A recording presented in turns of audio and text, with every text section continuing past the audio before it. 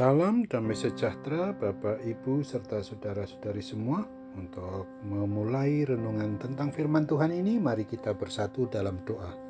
Tuhan Allah Bapa di surga yang melebihi segala akal, hati, dan pikiran kami umat manusia, berfirmanlah kepada kami sebab kami bersedia untuk mendengar, dan atas pertolongan Roh Kudus mampukan kami untuk melakukan firman-Mu itu dalam hidup kami sehari-hari. Di dalam nama Tuhan Yesus kami berdoa kepadamu. Amin. Sebagai nas renungan firman Tuhan hari ini diambil dari 1 Petrus 2 ayat 16 yang berbunyi, hiduplah sebagai orang merdeka dan bukan seperti mereka yang menyalahgunakan kemerdekaan itu untuk menyelubungi kejahatan-kejahatan mereka, tetapi hiduplah sebagai hamba Allah. Sebagai tema yang diangkat dari nas renungan kita ini adalah hidup sebagai orang merdeka dan sebagai hamba maupun sahabat Tuhan Yesus. Apabila kita pertanyakan tentang siapakah hamba Tuhan itu, maka yang jadi jawaban standar biasanya pasti akan disebutkan bahwa setiap pribadi orang yang beraktivitas pelayanan di lingkungan institusi atau lembaga gereja manapun juga.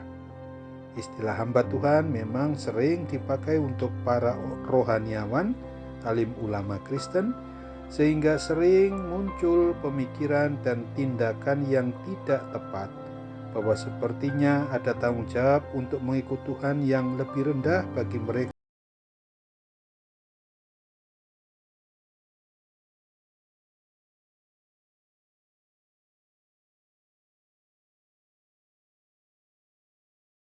kepada Kristus, bukan hanya rohaniawan atau orang-orang yang memang beraktivitas di lingkungan lembaga gerejawi itu saja, tetapi Petrus menyebut mereka semua adalah sebagai hamba Tuhan.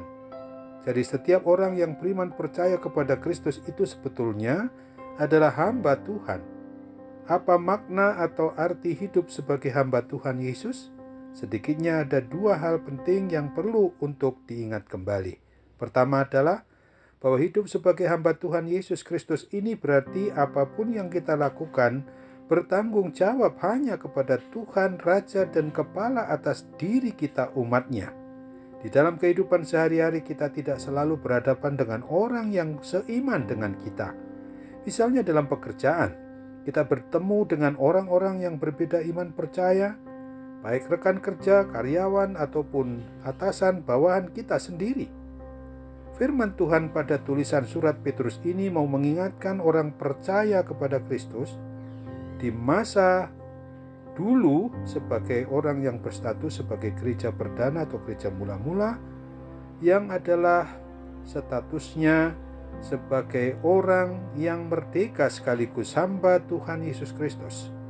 Kita orang yang beriman percaya kepada Kristus ini bukanlah milik diri kita sendiri, tapi kita adalah milik Tuhan Yesus Kristus, sehingga kita harus menyembah, memuji, dan memuliakan Tuhan Yesus Kristus dengan sikap tingkah laku dan perbuatan kita sehari-hari menurut kebenaran firman Tuhan saja. Kedua, bahwa hidup sebagai hamba Tuhan berarti kita harus yakini, percayai di mana Tuhan tidak akan pernah melepaskan tanggung jawabnya atas hidup kita, umat ciptaan dan miliknya ini. Sesungguhnya di dalam kehidupan kita di kolong langit ini tidak selalu akan lancar-lancar saja. Seperti dalam pekerjaan terkadang menyita banyak energi, merasa diperlakukan tidak adil juga, sehingga muncul pemikiran untuk kerja asal-asalan. Bahkan yang lain malah rela untuk melakukan dosa hingga murtad demi untuk mengamankan posisinya di dalam pekerjaannya itu. Bayangkan orang-orang Kristen atau gereja mula-mula dulu maupun kita sekarang yang menerima surat Petrus ini. Mereka atau kita berhadapan dengan tuan-tuan yang bertindak semau mereka sendiri karena mereka merasa punya kuasa dan kebebasan. Mereka sering diperlakukan tidak baik dan mereka tidak berdaya.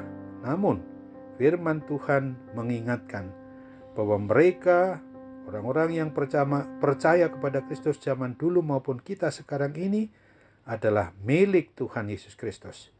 Tuhan utama kita adalah Kristus. Dialah Tuhan di atas tuan-tuan yang mengasihi kita umatnya.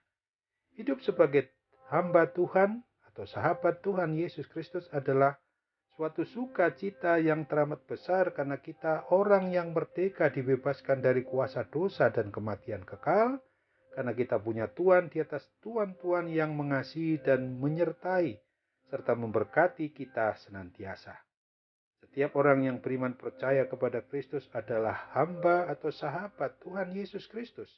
Maka kita wajib hidup menurut status kita sebagai orang yang beriman percaya kepada Kristus ini, dan percayalah hanya kepadanya saja.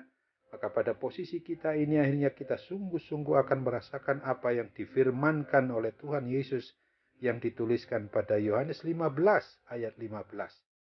Aku tidak menyebut kamu lagi hamba, sebab hamba tidak tahu apa yang diperbuat oleh tuannya.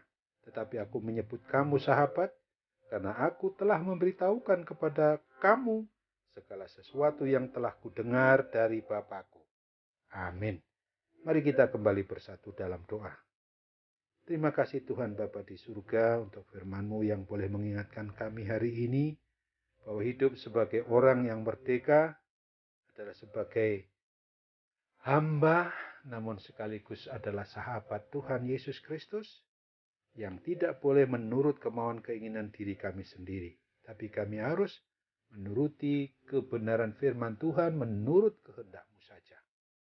Kini kami harus sungguh-sungguh berserah kepadamu ketika kami berhadapan dengan segala sesuatu yang membuat kami kadangkala bisa menyalahgunakan kemerdekaan kami yang sudah dibebaskan dari segala kuasa dosa dan kematian kekal itu dengan kelahiran-Mu, kehidupan Tuhan yang beserta dengan kami dan tidak pernah meninggalkan kami dengan kehadiran-Mu dalam Roh Kudus.